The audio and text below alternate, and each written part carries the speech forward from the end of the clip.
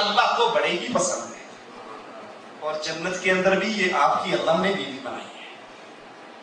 حضرت عمر کو وصیت ہے، آخری لمحات ہے، عمر رضی اللہ عنہ وارضاہ یہ وصیت سنتے ہیں، ابو بکر رضی اللہ عنہ وارضاہ یہ وصیت کرتے ہیں اور فوت ہو جاتے ہیں۔ حضرت عمر رضی اللہ عنہ وارضاہ پر موت اپنے پر پھیلا دی، لیکن حالت کیا ہے، کنڈیشن کیا ہے؟ فجر کی نماز پڑھا رہے ہیں۔ ہم میں سے کتنے ہیں جن کی معمول اور روٹین یہ ہے کہ فجر کی نماز مسجد میں حاضر نہیں ہوتی؟ کیا ہم بھی رسول اللہ کی امتی ہیں؟ کیا ہم بھی اللہ کے نبی کا کلمہ پڑھنے والے ہیں؟ کیوں نہیں ہوتی؟ رات کو فلم دیکھنی ہے، فلم دیکھتے ہوئے جب 1-2 بجے سوئیں گے تو فجر پہ کس کی آنکھ کھلے گی؟ رات کو مزدوری کرنی ہے، گپے مارنی ہے، دوست آئے ہوئے ہیں ان سے کچہری کرنی ہے، اب فجر پہ کس کی کھلے گی؟ رسول اللہ صلی اللہ علیہ وسلم نے فرمایا فجر کی نماز منافق پر بھاری ہے، عشاء کی نماز منافق پر بھاری ہے۔ عمر ابن خطاب شہید محراب مسجد میں کھڑے فجر کی نماز پڑھا رہے، ظالم وار کرتا ہے، آپ زمین پہ گر جاتے ہیں، بے ہوش ہو جاتے ہیں۔ ہوش آتے ہی پہلا سوال کرتے ہیں، کیا میں نے نماز پڑھ لی؟ کیا میں نے نماز پڑھ لی؟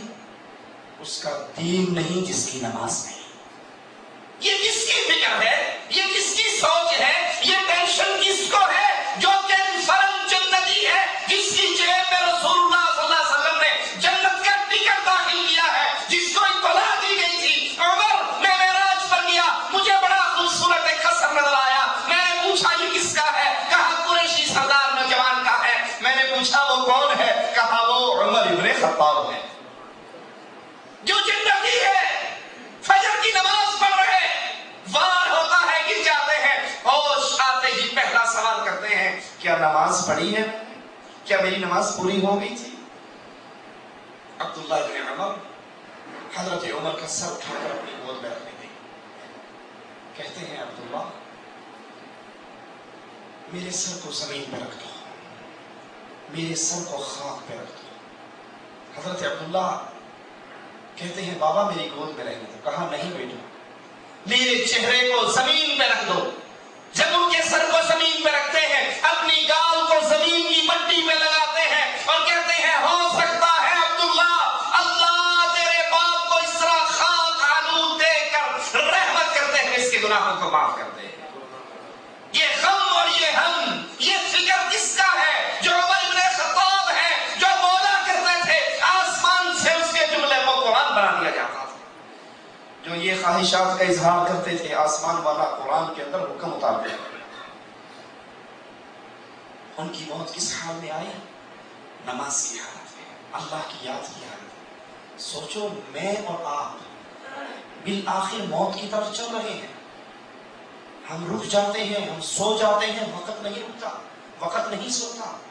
ہم کس طرح کی زندگی گزار رہے ہیں اور کس طرح کے موت کی استقبال کے اندر ہمارے لمحات گزار رہے ہیں۔ عمر رضی اللہ عنہ وارضاہ کے بعد حضرت عثمان کی موت کا وقت آتا ہے، قلعے کے اندر قید ہے، چھت پہ چل کر ظالموں سے سوال کرتے ہیں یہ مسجد نبوی کی زمین کس نے خرید کر دی تھی؟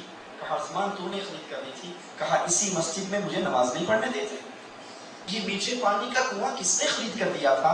کہا عثمان تو نے خرید کر دیا تھا۔ کہا اس کنویں کے پانی کا آج تم مجھے کوئی حق نہیں دیتے؟ اتنے دنوں سے پیاسا۔ اور بالآخر آخری لمحات آتے ہیں، لیکن آخری لمحات عثمان کے کیسے گزر رہے؟ قرآن ان کے سامنے، قرآن کی تلاوت کر رہے ہیں، ظالم دیوانے پھلانگ کے گھر میں آ جاتے ہیں۔ نائلہ کہتی ہیں عثمان ظالم آج تیری چار دیواری کو پھلانگ کے گھر کے اندر چھلانگ لگا کے آ چکا ہے۔ کہتے ہیں نائلہ آخری لمحات میں میری توجہ اللہ کے کلام سے دور نہ کرو، میری نگاہیں اللہ کے کلام سے دور نہ کرو۔ اللہ قیامت کے دن سوال کرے گا عثمان اپنی زندگی میں آخری عمل کیا کر رہا تھا؟ میں کہوں گا اللہ میں تیرے قرآن کی تلاوت کر رہا تھا، ظالم میری گردن کو کاٹ لگے۔ میں اور آپ کی زندگی کے لیے چل رہی، میری اور آپ کی زندگی کس راہ کی راہ ہے؟ علی رضی اللہ عنہ وارضاہ پر موت کا وقت آتا ہے، لیکن کس حال میں موت کو گلے لگاتے ہیں؟